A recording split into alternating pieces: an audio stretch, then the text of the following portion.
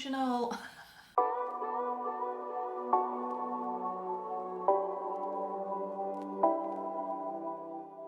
Hey guys, welcome back to my channel where I make videos about nail stuff, movies, makeup, decorating, all of the above, hence the name Everything Elani. Today is going to be a makeup and movies kind of day. I will be doing my makeup whilst talking about 10 Christmas movies that I love to death. Why am I doing my makeup in the meantime? Because I know I'll just be fidgeting all the time. I will be touching my hair a million times. And I wanted to test out this new makeup palette that I got. It's not new, but it's new for me. So I thought, why not combine the two? I know this is not an original idea. A lot of people do this. I'm thinking about Kenny JD with Bad Movies and a Beat. Bailey Sarian, which is not like the exact same because she talks about true crime and I'm gonna be talking about Christmas movies. Also thinking about Jamie French, even though she doesn't really do her makeup anymore, but you know, I just want to give credit to them. I will also link their channels in the description box below, even though you probably already know all these people. So I've got 10 Christmas movies that I want to talk about. I've watched and rewatched them all this year so that they are all fresh in my memory. I will not spoil the endings for you. I will just give you a little bit of an intro, not further than 30 minutes into the movie. I think I tried. I've got my Christmas decor set up. If you want to see how I did that, maybe subscribe and then you can see it a little bit later when I post it. This is going to be weird. So the first movie I want to talk about is Jack Frost. It's a film from 1998. I always start with this movie. I don't know why. There's a hair in my foundation. My hair just has something very calming for me, or it's like my comfort movie, I think. So we are in Colorado, America. Meet the Frost family. We got the mom, Gabby, who is like the girl next door. She's very pretty, she's smart, she's hardworking, family first kind of girl. And then we have the dad, Jack Frost, aka Michael Keaton, aka Beetlejuice. He plays in a band. I think it's a cover band, the Jack Frost Band. So the band gets discovered ironically by playing Frosty the Snowman. So he goes on tour a lot and that doesn't make his son very happy. So he has a son, or they have a son, called Charlie Frost. The same name as the son from Santa Claus. So Charlie is a very smart kid. He's very confident. He is like the brain behind everything he does with his friends. And then they also have a dog named Chester. He is a fox terrier, I believe. So the parents seem very happy together, almost a little bit too happy. So they're like one big happy family. But because the dad, you know, tours so much, because they really want to sign up to this record label, he has been working a lot. So one day he comes home from being on tour, a couple of, I don't know, weeks, months. He makes this snowman in the front yard with his son Charlie. When they go back inside, he tucks his son into bed and he gives them this harmonica, and it is a magical harmonica. When his son Charlie plays the harmonica, it means that the father will hear it and that he will be with him. It's for when Charlie feels a little bit lonely when Jack's on tours. No matter where I am, if you play this, I will hear it and it will give him comfort, is what it's meant to do. So it's the next day. Charlie has a big and important hockey match. The dad promises to show up. He is recording and of course he loses track of time. He shows up too late. Charlie's like extremely disappointed, even the mom is disappointed. So the dad, Jack, wants to make it up by going to the cabin for the weekend. You know, a little bit of family bonding, you know, no distractions, just the three of them and the dog, so the four of them. So they have packed, the car is loaded, they're ready to go, and Jack gets a phone call. It's the record label. They want to sign, but the catch, he needs to be in Aspen for that. and they want to do it on Christmas Day. Mom is like, you know, Jack, it's a one-time deal. You should really do it. You've been dreaming about this for forever. What is one day? You should go. So the band gets together and they leave for Aspen. On the way there, Jack realizes, like, what am I doing? I should be with my family. If the record label wants us that much, it wouldn't be a problem if we postpone the signing. I mean, everybody wants to be home on Christmas Day, right? So he talks to the band. The band's like, hell yeah, I want to go home too. So they turn around. Jack leaves for the mountain to go to the cabin. It's on top of a mountain. I don't know which mountain. Not Crumpet Mountain, probably. So he's driving home or to the cabin. Snow starts to fall and it turns into a snowstorm, a blizzard. And of course, at that moment, his windshield wipers malfunction too. He can't see where he's going and he just drives off the mountain by accident and he dies. It's actually a very sad movie to start with. Just a little tip. But it's not sad, it has a happy ending, but there are a couple of sad moments in it. So 1 year later, Charlie is not himself anymore. He's depressed, he's angry, he's confused, he's very frustrated. The mom is kind of struggling to be a single parent because she now has to do all the work around the house. She has to work to provide for Charlie and the dog. She asks Mac, who is like a former member of the band, to look after Charlie sometimes when she's out going to get groceries or something, or going to work. So this one evening, Charlie makes a snowman like he did the year before with his dad. Yeah, say it. Meanwhile, the song Landslide from Fleetwood Mac is playing. I mean, even more sad. Beautiful song though. To finish off the snowman, he uses his dad's shawl and hat that he used to wear, and then he goes back inside. So he goes to his room. Like I said, he's really sad.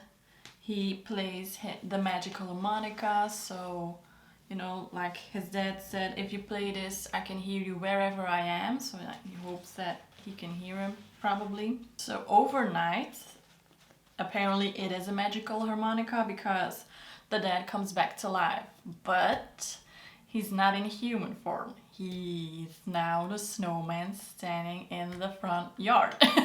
Now what? He can't go inside because he'll melt. The mom won't believe him. So it's kind of like he has a little bit of unfinished business. And there is where I'm going to leave you for the first movie. Like I said, I always watch this first. I don't know why. It's kind of a sad movie, but it has a lot of Christmas spirit. There's lots of snow, there's lots of ice. It has a beautiful story. It has good acting in it. So the second movie I want to talk to you about is called Serendipity. It's a movie from 2001. It begins with two strangers meeting in a department store, Bloomingdale's, while reaching for the last pair of gloves that they want to give as a present to someone else. No, it's like a precious meet cute moment. I love the beginning scene. You're like following this woman who's walking in the department store, who works in the department store, and she's carrying the gloves. She hangs them on this tiny rack, and then you see them like reaching for the same pair of gloves. They have like a little banter, a cute back and forth moment. She ends up getting the gloves. I don't know how. At one point they apparently agree to go get some coffee and dessert together. They have like chemistry. They're like not flirting a little bit. So, and they go to this place called Serendipity. So the name of the movie is already mentioned. So they talk a lot, they flirt a little bit with each other, they have chemistry. So after they finished their dessert, they go outside and he asks for her number. Just in case, he says. She says no. I don't know you. This was fun, but no thank you. So they're both going home or walking home. He remembers, I forgot my shawl. And at the exact time, she thinks, god damn it, I forgot the gloves in the department store. Go figure. So they meet again you know, it's fate. So they agree to go do something and they go ice skating. Very romantic. So they're talking a little bit more, they're opening up to each other, they have even more chemistry together. So he asks her again, can I have your number? It has been such a magical night, I just can't go on living without having your number. So it's a very nice scenery, it's snowing while they're ice skating. And of course she falls, because every girl needs a clumsy fall. To be fair, it's like the first time that it's really, I mean, when you're ice skating, a lot of people fall, so I'll forgive them for this one. So she writes her number on a piece of paper, and once she wants to give the paper to him, this truck drives by and the paper flies off. Oh my god, what just happened? No, it's a sign, she says, but he convinces her that no, it's not, it's just a coincidence. Please, please, please, can I have your number? So she asks him to write his name and number on a piece of $5 bill. Then she takes the bill, she goes across the street, and I think she buys a coffee or something with it at a like a newspaper stand. She comes back with the coffee, and then she writes her name and number in a book called Love in the Times of Color. Very romantic. Love's in the air, or down the toilet, I don't know. So she writes her name and number in the book, then she will sell that book the day after, she says. So if it's fate, they will either find a $5 bill or find the book. Just before they part ways, she says her name. She's called Sarah. She doesn't say a last name, only her first name. So like the overall idea of the film is destiny, fate, serendipity. So a few years go by. They haven't found the $5 bill or the book, so they haven't seen each other since then. They have new relationships. They are both on the verge of getting married even, but they still can't seem to shake each other. You know, like they're still wondering, why haven't I met this person again? Who is he? Who is she? Where does she live? They get a little bit of cold feet, and they're really trying to look each other up. And that's where I'll leave you with this movie. It's a very romantic movie. It has a little bit of laughs in it. Laughs in it. It has nice scenery, like when they're skating on the ice. It's super pretty background. It has Eugene Levy in it. He's like the salesman who's selling the gloves. He's pretty funny in it. It's like a little cameo, but it's pretty cute. Movie number 3, How the Grinch Stole Christmas. It's a 2000 movie. A lot of you have probably seen this movie already, but how can I not mention this? This is a classic. It's such a good movie. So for those who have been living under a rock during Christmas season, I will tell you a little bit what it's about. Meet little Cindy Lou who lives in Whoville. It's this little town that's built onto a snowflake, and she sees what's been really going down in the town. Consumerism. Sorry. How much mother reference, by the way. The suburban moms are competing against each other with who can put up the most lights in the house and outside of the house. Dads are buying as much crap as they can for their children. They want like the biggest, most impressive presents, which there's nothing wrong with all of that, but they've lost like the true essence of Christmas, which is caring about each other, being together, you know, spending time together. It's the season of giving. That doesn't always mean like materialized items. So not only our little Cindy Lou sees this, also a former resident of Whoville who lives north of Crumpet Mountain, aka the Grinch. He has isolated himself from the town because he was being bullied when he was young, because he doesn't look like any other Whoville. And then like the mayor of town, when he was a child, he was like bullying the Grinch a lot with the fact that he has facial hair when he was only 6 years old. He felt like an outcast and it wasn't fun. He didn't even like Christmas to start with, and because of all like the bullying and feeling like an outcast, he moved. And he is up for revenge. He wants to steal Christmas. You know, make them suffer like he has suffered. Wants to make them feel as bad as he feels. The actors... Oh, I almost made my brush flew across the room. I think the actors really outdid themselves. I really want to see bloopers of it.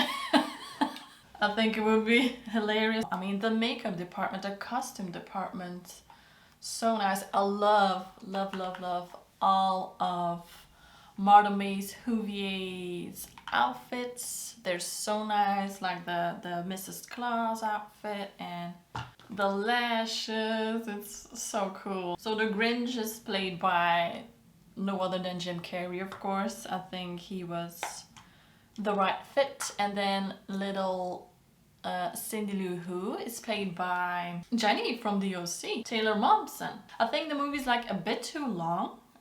It's like an hour and 30 or 35 minutes, and I think an hour 20 would have been better. The scene on Crumpet Mountain, I will not spoil this if you haven't seen this, is a tad too long for my liking. I think if a child would be watching that, yeah, you would have lost them. I love the narrator's text. I think it's from the original book. It's so, I love it. The rhymes and just the way it's told, it's in such a fun way. The humor in this movie is like a little bit child unfriendly, I have to say, which, I mean, I love.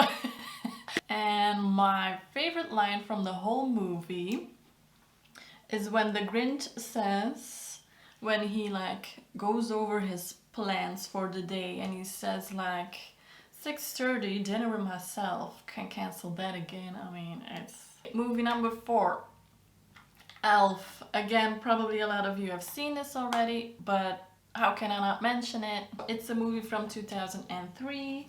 Will Ferrell, aka Buddy, in the movie is this really big elf. So he has never wondered why he's so different from the other elves, why he's so big, why he's not as gifted as other elves in the making of toys department, until one day he overhears some other elves talk about Buddy and that he's a human. So he's like, what? I'm a human? That's why I'm so different from everybody else. So he learns that Papa Elf, his dad, who is played by Bob Newhart. I really want to meet this person in real life. He seems so chill, he seems so nice, his humor is so dry.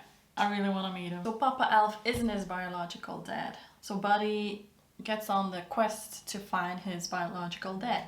His mother died when he was born, and then his dad never knew that she was pregnant, so his dad never knew that he had a son. So Buddy was staying in this orphanage. Santa goes to every house on Christmas Eve. Not every house, but the orphanage he does visit. And while he's up there, he didn't realize or saw that Buddy crawled into his bag of gifts. And when he returned to the North Pole, Buddy was there, and Papa Elf saw him and thought, you know what, I'm gonna raise this baby as one of my own. Now knowing this, Buddy goes off to New York where his biological dad lives. By the way, his biological dad is on the naughty list. Just saying. So he finds his dad, but like I said, the dad didn't know he had a son, so he's like, who is this crazy nut job of a man? Security, get this guy out of my office. So he sends him off, but Buddy doesn't give up. Oh no. So he tries to make contact with his dad. He tries to bring him gifts, and whilst doing that, he meets this girl named Jovi, played by Zooey Deschanel, in blonde hair, which is her natural hair. Kind of weird. So that's the story. Like, he wants to meet his dad. He gets to know this girl who he really likes. And then the rest of the movie you probably already know, or if you haven't seen it, go see it. It has some very quirky scenes in it. Like at the beginning, he speaks to these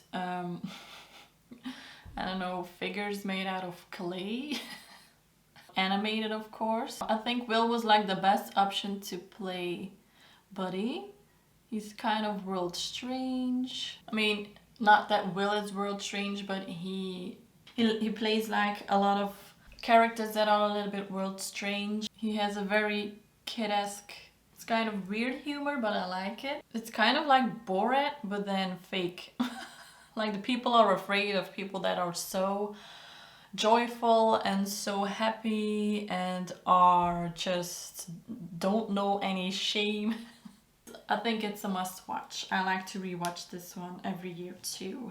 Movie number 5, The Santa Claus. This is my favorite movie of the year. If I could only watch one movie, it would be this one. The first one, not the second or the third one.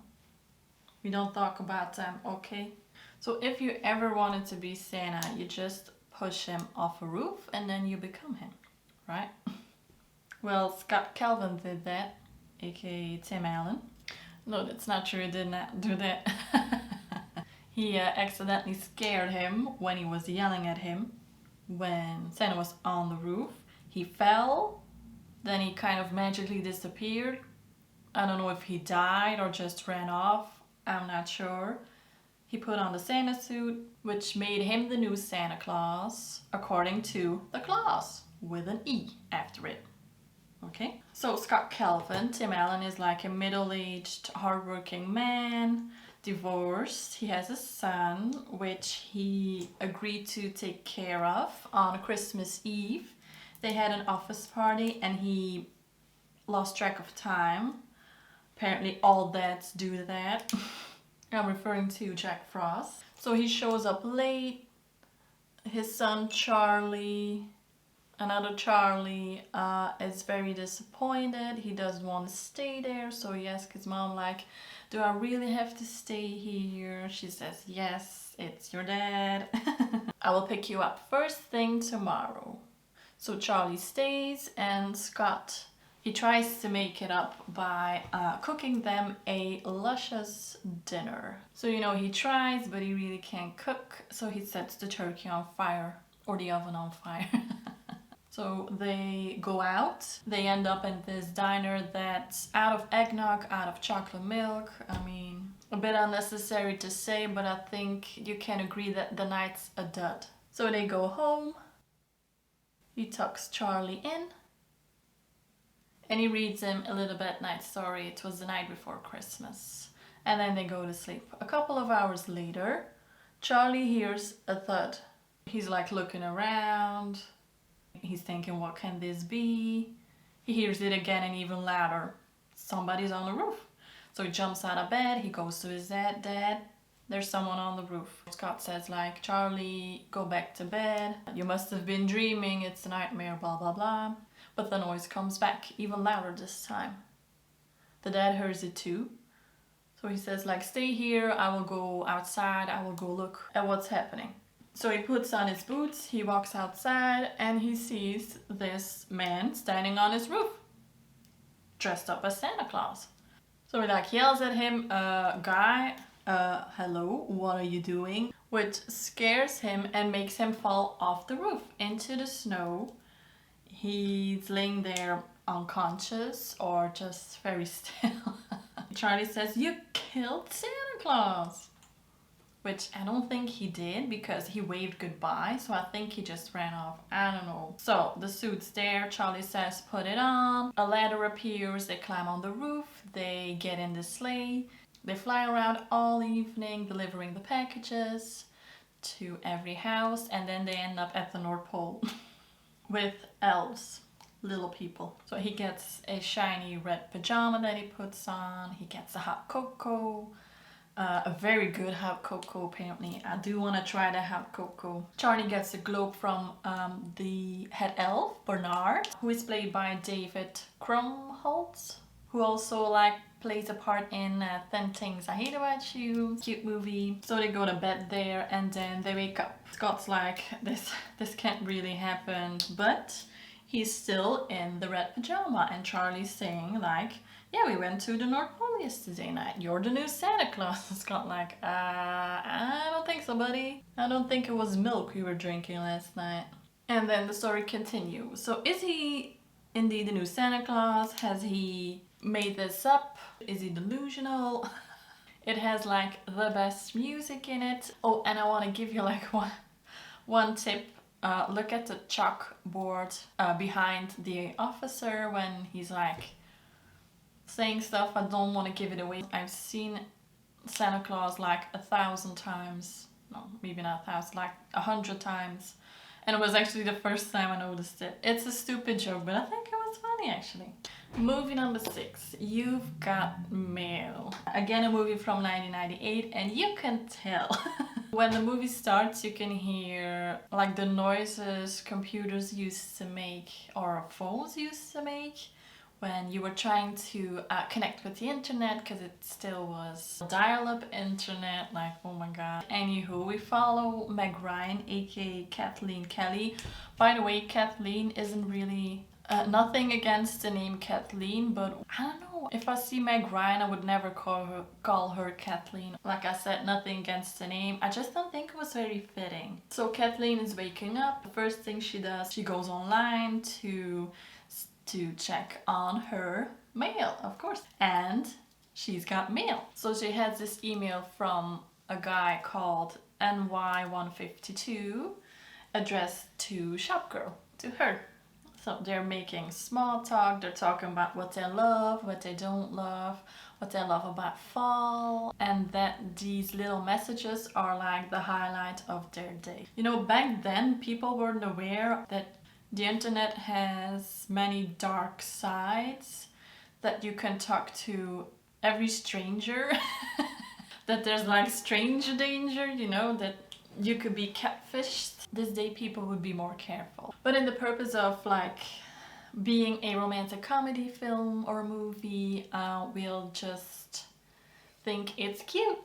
So the name Shop Girl doesn't stand for a girl who likes to shop, but a girl who owns a shop. She owns a little children bookstore called The Shop Around the Corner. She took over the business when her mother died and has been running it ever since. Now, being a healthy, small, independent bookstore or shop isn't easy, especially when there's like big corporate businesses opening up everywhere, and people love lots of options, exploring new things, sales or discounts, cappuccino bars.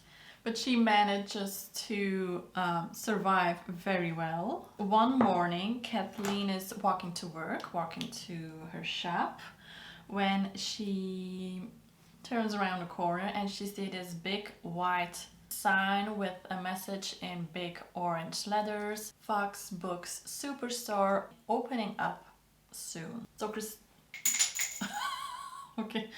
So Christina and George are worried. They're afraid for their job. They are the salespersons who work for Kathleen. And Christina is played by Heather Burrs from Miss Congeniality or Bewitched. George is played by Steve Zane, who I always mix up with the guy from Horrible Bosses or Zootropolis. What's his name? Jason Bateman? Bateman? Probably not Batman. But Kathleen, isn't scared. She's like, there's enough books to go around for everyone. There's enough people. She convinces herself like it's a good thing.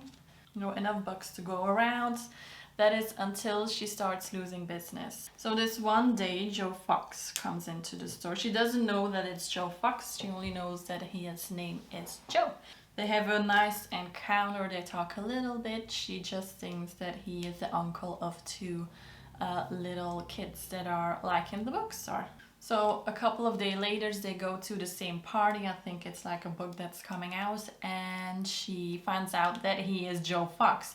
She's pissed, of course. She goes to him and she says like, why didn't you say you were Joe Fox? She gets mad, they argue, and they start avoiding each other after that. So in real life they don't like each other, but what they don't know is that online they're talking to each other. She is Shop Girl and he is NY152. Like, he even gives her business advice. He says, go to the mattresses, go to war. So her boyfriend, because yes, she has a boyfriend, he has a girlfriend. Her boyfriend, Frank or Greg Kinnear, Benji or Benjamin from Friends. He writes for The Observer and he writes a story about the bookstore and that it's war. And that they should go to the shop instead of like the big bookstore. So will they save the shop Will they still like each other when they find out they're talking to each other online? It's a very cozy, family-friendly movie. It has pretty fun or nice music in it. It has a couple of goofy scenes, which just makes it fun to watch. Good actors, a very good feel-good movie, and lots of Christmas lights. Now we're on to movie number 7, which is Godmothered. It's a movie from 2020, so more of like not an older movie this time. Because I know a lot of the movies are from the late 90s or the lilies. So fairy godmothers are going extinct. Nobody believes in them anymore. Nobody believes in happily ever after anymore. But then there's Eleanor, a fairy godmother in training, played by Gillian Bell. She's a young-ish, very upbeat, happy, joy person. And she's studying to be a godmother. Then her teacher, Moira, who is the headmistress, played by Jane Curtin, who plays in Third Rock from the Sun and the mom in The Heat. Pretty funny. No, teaches Eleanor the 3 steps of being a godmother. Step number 1, a glittery gown will make a frown turn upside down. Step number 2, find true love. And then step number 3, live happily ever after. It's as simple as that. So it means that if you wear a pretty sparkly dress, you will attract people. They will be your true love. And then you will live happily ever after. Because if you're staying inside wearing a tracksuit, you might as well be wearing like Harry Potter's invisibility cloak. It's the ancient formula of godmothers. It has worked in the past, so why fix something that ain't broken? So Moira believes this, and Eleanor, being a bit of a naive girl, believes this as well. Oh, my nose is itchy. But the other godmothers in training are a little suspicious, you know? The godmother world is falling apart. So many options and I don't know what to do. So where was I? They haven't got any assignments in years. No letters, no nothing. But Eleanor is dead set to save the godmother world, godmothers in general. So she goes to the assignment room. It's the room where all the letters are sorted. No letter to be found until she finds one letter in a box where light from the moon shines onto. It's this letter from a little girl called Mackenzie Walsh. She's 10 years old, she has boys problems, she likes this boy, but he doesn't notice her.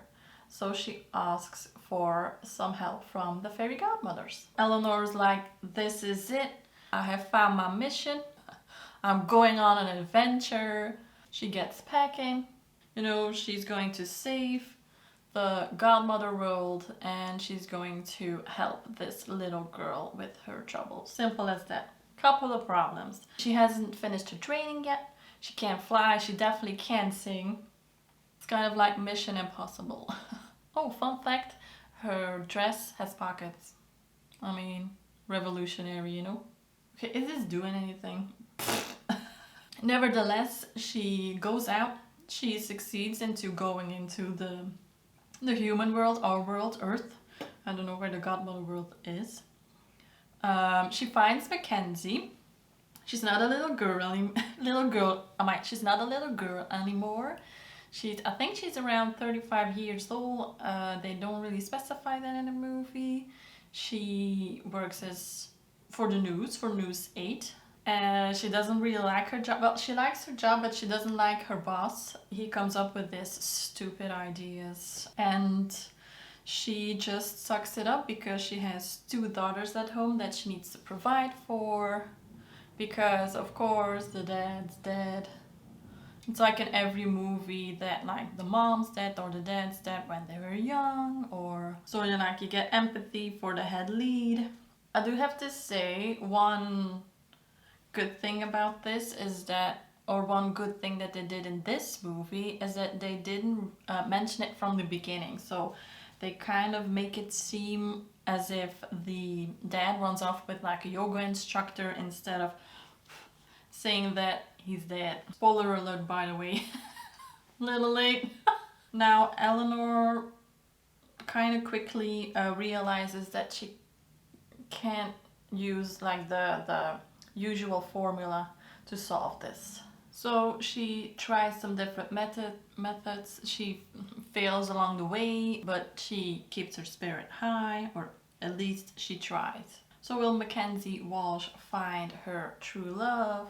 Will she end up happily ever after? Will Eleanor save the godmother world? I know this, but if you want to know this, you gotta watch the movie. So Mackenzie is played by Isla Fisher, and I always mix up Isla Fisher with Amy Adams, but I found a trick. So Isla Fisher is married to Borat, and Borat has brown eyes. Jesus, that's very difficult to say apparently. And Isla Fisher has brown eyes. Amy Adams has blue eyes. So if I see one of the two and she has the brown eyes, I know it's Isla Fisher because she's married to Borat, who has brown eyes. And I know blue begins with a B too, but Borat doesn't have blue eyes. So I don't know. For me, I understand this logic. I'm sorry if you don't, but if you do, then you're welcome. So it's a pretty fun movie. I do have to say, like, the humor is pretty new in it and pretty fun. It's not like over the top American humor. I hate that. Like Deadpool, I like it, but sometimes it's a little bit too much, you know. It kind of reminds me of the movies Enchanted or Dark Shadows. So my car was full. Sorry if the background changed a little bit. So where was I? Okay, yeah. Like, the movie reminds me a little bit of Enchanted or Dark Shadows. If you would meet her in real life, you would probably have her committed. There's lots of Christmas lights, a couple of cliches, like, you know, that the husband died. There's also food poisoning, which I've seen in like a lot of movies already. At least the head lead doesn't fall for once, which I appreciate. Thank you very much. And I think for me, the love interest for the head lead wasn't really a match. There wasn't a lot of chemistry in my opinion, so I would have picked somebody else. He's a pretty guy. It's not that he's not a good actor, but they're missing a little bit of chemistry. Movie number 8, The Day After Tomorrow, from 2004. If you're not into the mushy fairy tale stuff, you can always watch this movie. It has snow, ice, good actors like Jake Gyllenhaal, no comment. Dennis Quaid, who also plays in The Parent Trap. Oh, Chameleon, another How I Met Your Mother reference. Sorry. Emmy Rossum, she can do so many different kinds of roles. Like here she plays this very smart, goody two-shoes kind of girl, but then in Beautiful Creatures, she's like this very sensual, strong woman. I liked her very much in Beautiful Creatures, and in this one too. Here she's more like the girl next door. And it has the late Sir Ian Holm in it, who you may also know as Bilbo Baggins in the original The Lord of the Rings. He's a cute one. So we all know by now, or we like to deny, that, global warming is a fact. The sea level is rising because of all the polar ice that is melting into the ocean. Our air is more dirty, and this has repercussions for our weather. There are more frequent and severe storms. The temperature is rising. So Dennis, aka Jack in the movie, another Jack, that's right, has discovered a cataclysmic shift. I will not be like explaining this, but it just means that the earth is getting too warm. So it like triggers a ice age. Now, he thought that everything was okay, that this will happen in like 100 of years from now, but boy was he wrong. So he's just saying like we need to take immediate action so that this won't happen for a long time. Of course, nobody believes him and it costs a lot of money, so nobody wants to do anything about that. So the team and Sir Ian Holm his team. They are staying in Scotland. They have seen some weird readings. They've had some weird events going on, like the ocean dropping 13 degrees somewhere, and so they have some data too. So with their data and Scotland's data, Jack runs this like forecast program, and the prediction is that in about 2 weeks the whole northern half of the world will be covered in snow and ice with very low temperatures for God knows how long. So he wants to evacuate as much people as he can that lives above the equator and just go south. Now, his own problem is that his son, Jake Gyllenhaal, is in New York while this all is happening. And because of all the bad weather, it's continuously raining. There are hailstorm, twisters even, flooding, sewage flooding. Ugh. Like all public transport is cancelled. So in the meantime, supercells are forming above Europe, Asia and America. Within the eye of the storm, temperatures of minus 101 degrees Celsius or minus 150 degrees Fahrenheit. So if you take one little step outside, you can freeze to death in a matter of seconds. The dad advises his son to stay inside and just like wait it out. He will come to him. Our friend Dennis here, or Jack, he is a bit of a stubborn man, and he decides he wants to go to his son, Jake Gyllenhaal. Can't remember his name in the movie. He wants to make sure he's all right, and he wants to know he's safe and that he will survive this. And because he's a climatologist, he thinks he knows how to get to his son in a safe way. So will he? That's the question. Will the son survive? Will the dad survive? Will he reach his son in time? The movie's not like 100% accurate. It's not possible to be in an ice age in 2 weeks' time. But it's a disaster movie. It's like Armageddon. There's a lot of CGI in it, and it's pretty good, I do have to say. If you can look away from the wolves, they are a big no-no. All the rest is pretty good, I do have to say. Especially because it's from 2004. Nicely done. So for me, it's a nice rewatch. I've seen it like a couple of times, like I think 5 times, or between 5 and 10 times. It's more believable than the movie 2012, or at least for me. I think one of the best lines in the movie is when Emmy says, "Everything I cared about, everything I ever worked for has all been in preparation for a future that no longer exists." And I mean, that got me thinking. It's, what would I do if the world that you know right now is gone? Especially when you're young, when you have all these hopes and dreams. One more funny side note, the number of broken umbrellas in this movie is hilarious. I hadn't noticed that previous times, but like the last time I watched it, I was like, what the f?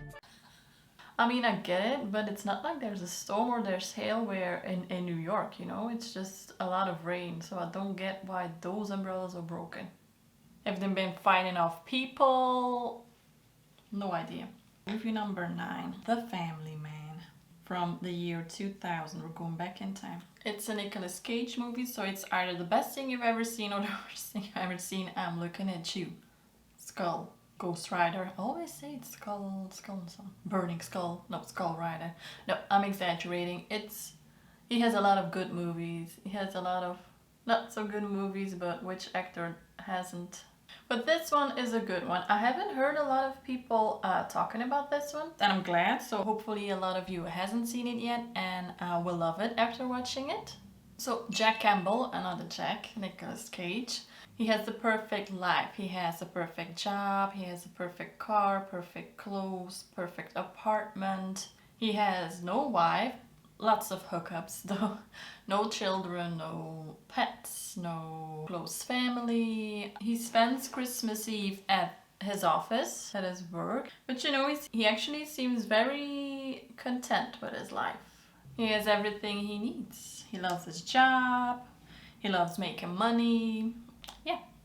But is he really though? That is like the question.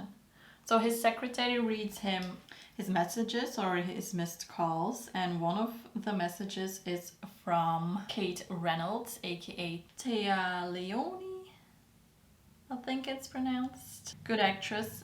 She can act like real natural. You've probably seen her in like Bad Boys, Jurassic Park 3, Fun with Dick and Jane. So she's an old flame from like 13 years ago. They were even thinking about getting married, but he decides to not call her back. Instead, he gets up and he decides to like take a stroll in New York. So he stops at a night shop to get some eggnog when suddenly Cash, that's the person's name, walks into the shop. He wants to get his lottery ticket paid out, but the salesperson doesn't believe him, so they start arguing back and forth. And then all of a sudden Cash loses his cool and he whips out this. I don't know if I can say the word here on YouTube, so I mean this, you know what I mean. So people get scared, then Jack tries to bargain with him to buy the lottery ticket from him, and then he will go turn it out somewhere else. But for some reason this kind of pisses off Cash and he puts his focus on Jack now. And he asks him, do you want to die? Jack's like, no. He says, okay then. So Jack pays for the ticket, they both leave the store and they end up walking a little bit together. And you know, Jack tries to do like a good thing and says to Cash, why are you carrying this thing around? You don't want to be doing something you'll regret. And Cash answers like, you're talking to the wrong person about regret. So then they talk a little bit more. Jack's like, you know, you can just ask for help if you want. And then Cash says, I don't need any help. What do you need, Jack? And Jack says, I don't need anything. I've got everything I want. I'm perfectly happy. So Cash answers, okay, don't forget you brought this on yourself. All this time you're thinking like, what the hell is this guy talking about? You crazy? So it's quite unclear what like Cash is saying at this moment, but it will all make sense a little bit later on. So they both go their own way. Jack walks to his apartment. He is tired and he just goes to bed. He wakes up by the sound of Woody Woodpecker on the TV. Can't remember leaving the TV on. He looks down and he sees this blonde woman sleeping on his chest. He also can't remember bringing a woman home last night. Not very good if you can't remember that. And then this little girl, I think she's about 6 years old, runs in, jumps on the bed singing Jingle Bells and saying, Mommy, Daddy, get up. So he freaks out. He jumps out the bed. He's looking and he's like, what the hell am I doing here? Where am I? He sees some clothes laying on a chair. He puts them on. He's like, well, I gotta get out of here. So he runs down the stairs, sees a minivan instead of his Ferrari outside, but he's like, you know what? It's the only vehicle I'm seeing here. So he takes it and he drives to his apartment. He's like, I don't know how I got here, but I'm getting out. So he drives to his apartment. The doorman doesn't recognize him. They don't let him inside. He freaks out in a true Nicolas Cage way. Again, he doesn't get in, so he just drives off to his second home, which means his work. The front desk man doesn't recognize him. What is going on here? So he wants to go back into the minivan to drive to the place where he woke up, when he almost runs over his own Ferrari. And who's inside the car? You guessed it, Cash. Kind of predictable, but okay. So he gets into the car with Cash. He starts explaining that he's in a glimpse, which means a look of his life that he could have had if he didn't left Kate at the airport 13 years ago. And then he gives him this red bag with a bell in it, like a bicycle bell. He's like, what the hell do I need to do with this? He doesn't give an explanation, he just gives that to him and he drives off. So he's standing there with a bell, no idea what happened to his life, what he needs to do. So he has to find a way how to get out of the glimpse. How? Why? When? He has no idea. Everything he had is gone. Everything he loved is gone. He now has a wife, 2 children, a dog, financial responsibilities, like a house. Well, now he's now living his biggest nightmare. He is a family man. So, like I said, Kate or Leonie is like a very talented actress in my opinion. She can play the part so naturally. And Nicolas Cage is like Nicolas Cage. I think he did a very good job with this movie. The music is by Danny Elfman, which when you pay attention to it, you can hear it. The little girl who plays his daughter has this like Abigail Breslin kind of vibe. She talks really cute. I love the casting of the little girl too. It has some cliche moments in it too. It has Nicolas Cage singing. It has an airport scene. And every time the snow falls, you just know that something important is gonna happen. But I like it. I like the symbolic snow. Okay, I'm going to finish off my eye makeup and then I will talk to you about our final movie, which is my second favorite movie, a Christmas movie of all time, and it is called While You Were Sleeping. It's a movie from 1995, so it's kind of an old movie, but it's a real classic. So meet Lucy. Lucy, she doesn't really like light up a room when she walks in. She's like a kind of a plain Jane. Not that she's not pretty, she is really pretty, but she's not like overly, I don't know, she's not like an attention seeker, you know? So she works at a toll booth at the train station. It's not like her dream job, but you know, it pays the bill. She can buy cat food for her cat. She can pay her monthly expenses. She doesn't really have a lot of close family, it seems. She has a couple of close friends. She's also friendly with a lot of people from her block. She lives in an apartment, by the way. She has a couple of good work colleagues. So she seems content, but not like really happy, if you know what I mean. And like the highlight of her work day is this tall, bushy eyebrowed, dark brown haired guy that she sees every day. He's like very nicely dressed. In her eyes, she's a perfect guy, or in her mind, because she has never spoken to him. So this one day, actually Christmas Day, because her boss made her work on Christmas Day because she's the only one with like close family. He's there. He apparently is taking the train to somewhere, and he's waiting for the train.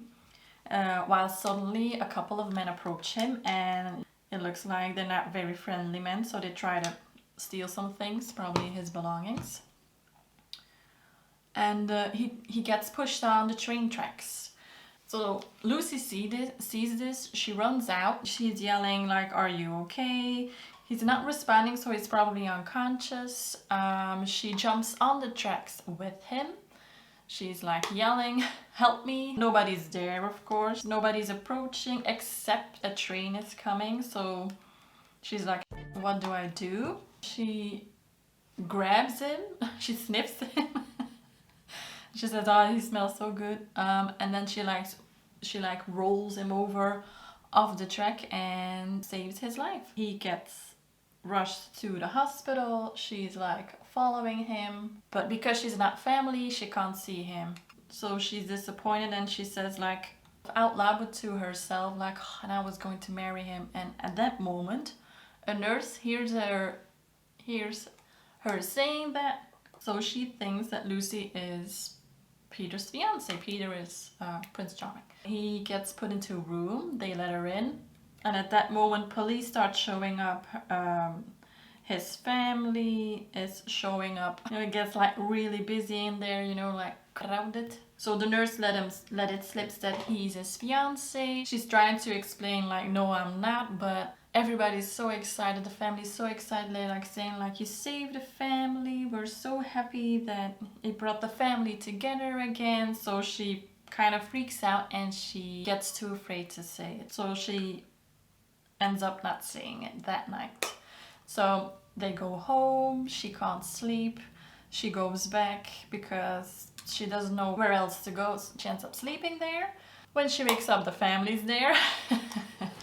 They're like, you know, we haven't got the chance to celebrate Christmas, so if you like, you could celebrate Christmas with us.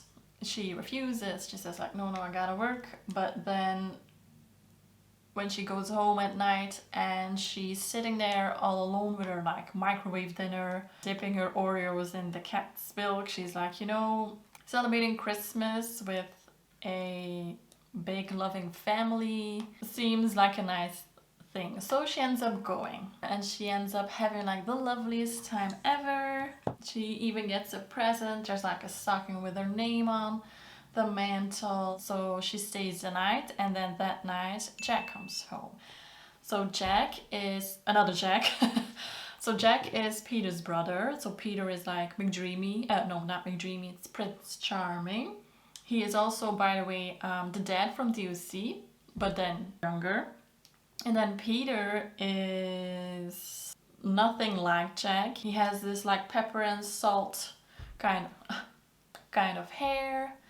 He plays the president in the movie Independence Day, the one with Will Smith. So he's kind of suspicious of Lucy because he knows his brother and he knows the type of women that his brother dates, and Lucy is definitely not one of them. His brother likes more of like glamorous girls, so he's kind of hearing her out. And you know, by doing that, they actually grow really close together. They open up to each other, they tell each other's dreams and future plans. They have the same kind of weird humor, and they actually start liking each other. But of course, at that moment, Jack wakes up. So it's like New Year's Day, he wakes up, and of course he doesn't remember Lucy. So they tell him, yeah, you have amnesia, but he remembers everything, like even his locker combination from when he was like 15, but he doesn't remember Lucy. But he seems to like Lucy. So, you know, it's like, who's she gonna pick? Is she gonna pick Peter? Is she gonna pick Jack? Does Jack even want Lucy? Does Peter even want Lucy? Will she end up with nobody? What will the family do if they find out? You'll have to watch the movie to find out. I mean, the actors are very good in it, like Lucy, Sandra Bullock, I don't know if I mentioned it. They all have really good chemistry with each other. The way it's told is very nice. It has lots of lights in it, lots of snow, the decorated houses. It's just another feel-good movie and I just like it. So that were all the 10 movies I wanted to talk about. I know a couple of them, or maybe like half of them, you've probably already seen, but I hope you discovered a couple of new ones. And let me know if you watched one, if you watched a new one. Let me know what you thought about it, if you liked it or not. Let me know if you like this kind of video. Maybe I can do this again in the future. I already have like 10 new Christmas movies I want to talk about. I really want to do this for Halloween too. I've already picked out the movies, but that's like still 10 months away, so maybe something in general, like the 10 best chick flicks or like must see. So yeah, long video. I love making it. Thank you for watching. Till next time. Bye.